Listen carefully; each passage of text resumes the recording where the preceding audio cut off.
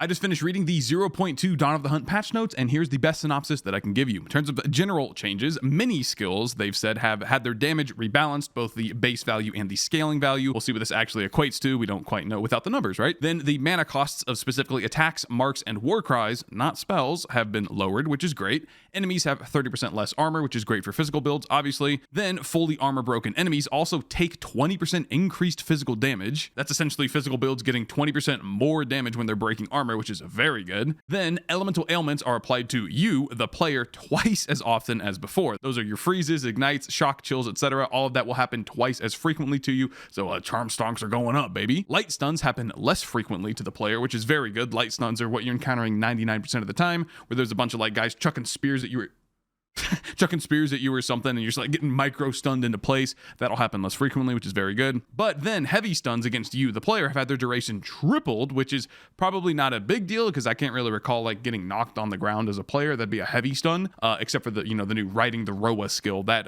is gonna get you heavy stuns. So be careful of that, boys. Then mana as an archetype pretty much got completely obliterated. Like, I'm not even exaggerating. All of the mana rolls have been absolutely lowered across the passive tree, across your items. The Archmage skill got gutted. Mana is, I don't know when that's coming back, but it's not going to be this patch, I can tell you that much.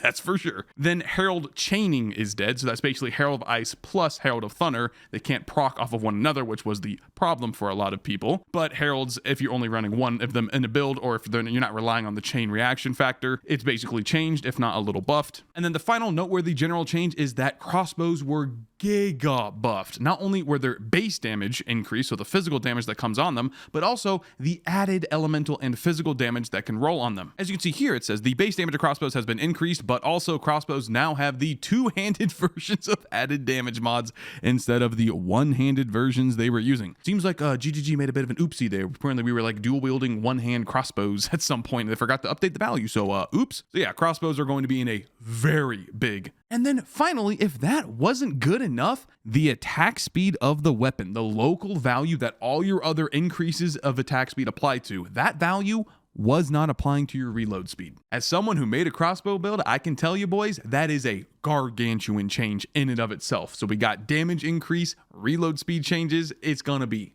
good. All right, there are a few more general things that I'll cover at the end of the video here, just for more like comedic factor, but I want to cover changes to 3 specific builds that I have made and what those changes entail. The first one is my warrior leveling build. If you're watching this video the day of release, this build actually isn't out yet, but it will be out very shortly. This is basically just a way to level any warrior as efficiently as possible. Doesn't matter if you're playing any ascendancy, the smith, the titan, the warbringer, doesn't matter. This is the leveling build that you're using. First of all, primed for stun thresholds on enemies were lowered by a flat 10%. So I believe the values were 50, 60, 70, 80% for normal, magic, rare, and unique enemies respectively, and now it's just lowered, 40, 50, 60, 70. Basically, it just means you'll be able to heavy stun enemies more frequently, which is very good because this build revolves around that entirely with Bone Shatter. Next up, the Impact Shockwave Support Gem. The AoE was lowered by 10% of its base value, but it now scales with your area modifiers. Yeah, that's a buff.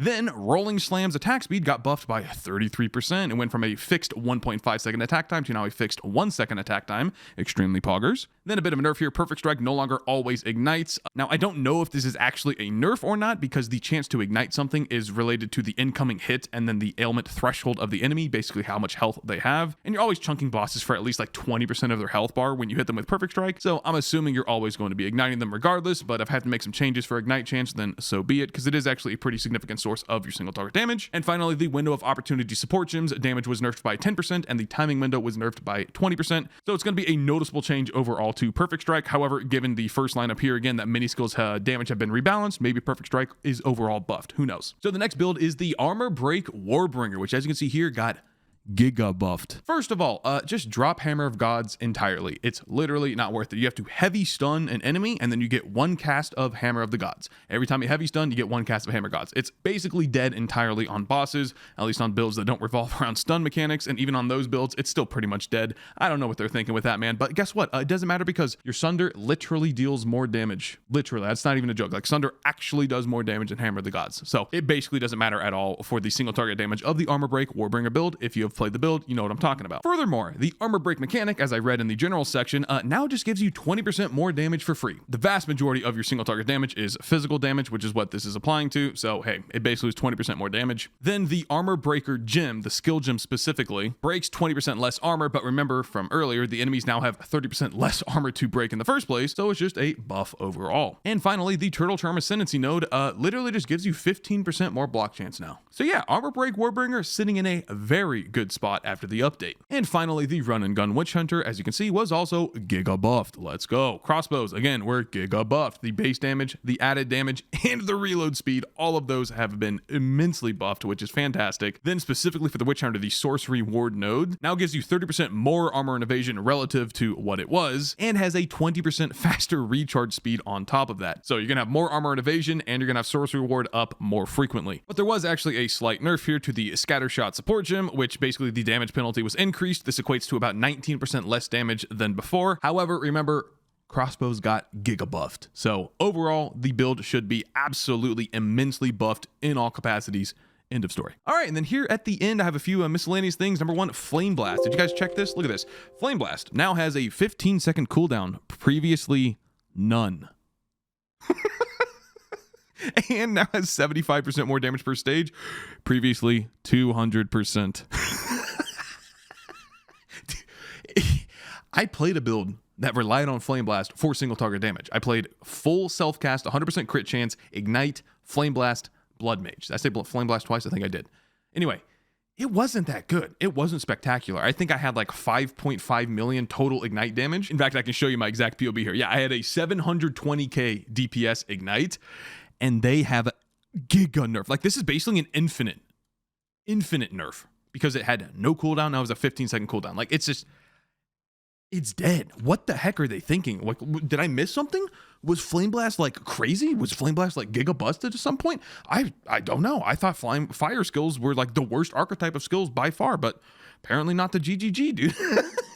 Second of all, Ghost Wraith is now completely dead. The conversion happened before Chaos Inoculation, so you would convert your life into ES, and then your life would be set to 1 through Chaos Inoculation. You basically just got a bunch of extra ES for free. That no longer happens, and then Ghost Wraith on top of that got nerfed, so the classic GGG double tap here. So not only did they have to change the conversion process, but they also just give you a 25% of your life converted to ES instead of 50%. So, hey, you know what? GGG, classic GGG. Archmage. Archmage is completely dead, and now has 3% of damage as extra lightning damage instead of 5 to 6%, but actually 20% quality, it was 8%.